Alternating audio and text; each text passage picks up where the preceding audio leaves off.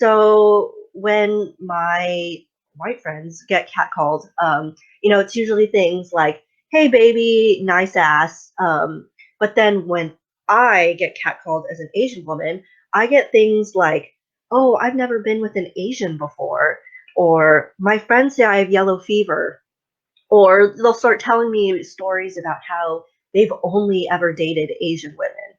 It's so prevalent that there's a term for it, right? There's yellow fever. There's a whole documentary, and it's from this entire show called Seeking Asian Female. And it's really interesting in that show because um, he starts evaluating wives based off of their like Chineseness. So this idea of yellow fever and orientalizing Asian women started back in the 1200s, right? There's references to all these white colonists seeking exotic goods in the what's it called, the in the Far East, right?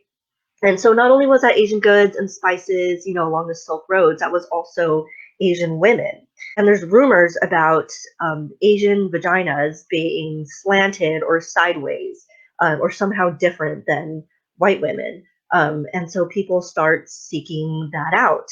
Um, and it continues into the 1950s with Madame Butterfly, which is still shown to these days, with like a submissive Asian women. So there's these ads that are on these days about people looking for Asian brides and going on sex tours in Asia. Um, and um, they all kind of follow this stereotype of Asian women who are less assertive or who won't speak up when wronged or will follow orders without protesting.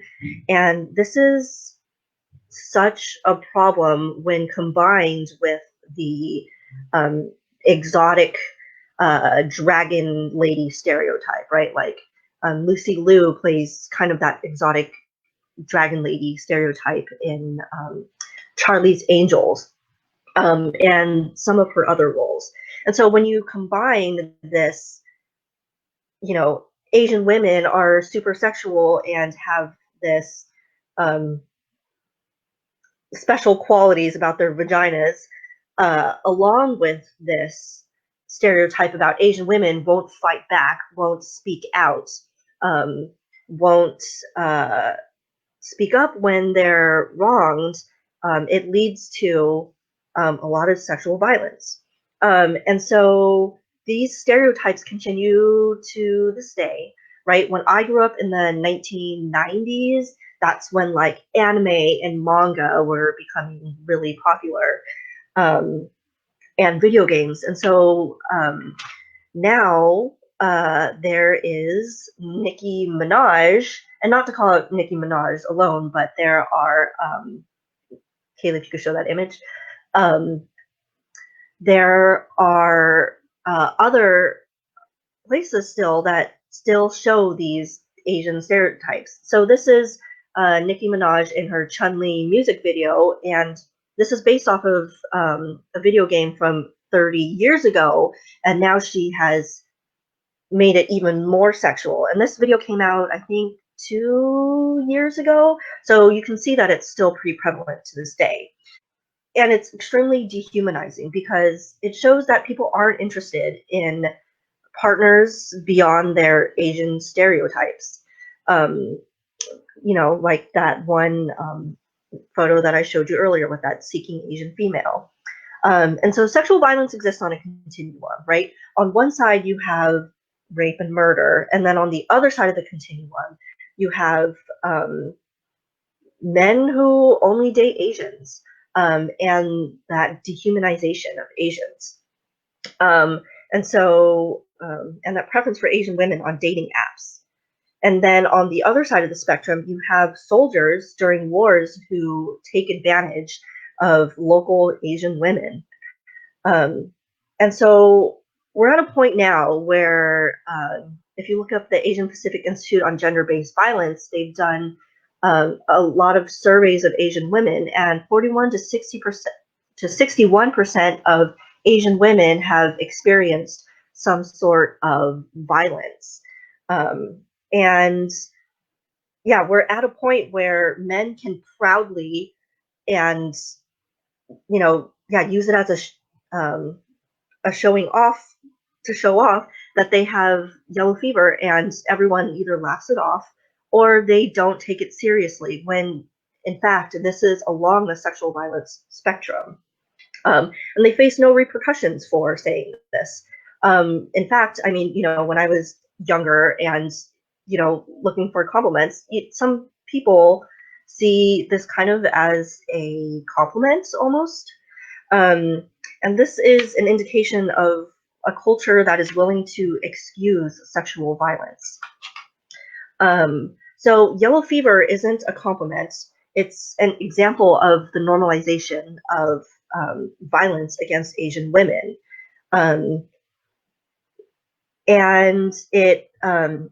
when you see these specific Asian dating websites, there's a couple of them where people can go and just sign up to see Asian men, well, actually to see Asian men, because there's a stereotype in the gay community of rice queens. Well, rice queens are the people who fetishize gay Asian men. And you also see ads for sex tourism. It further normalizes this violent behavior and makes it kind of acceptable against Asian women.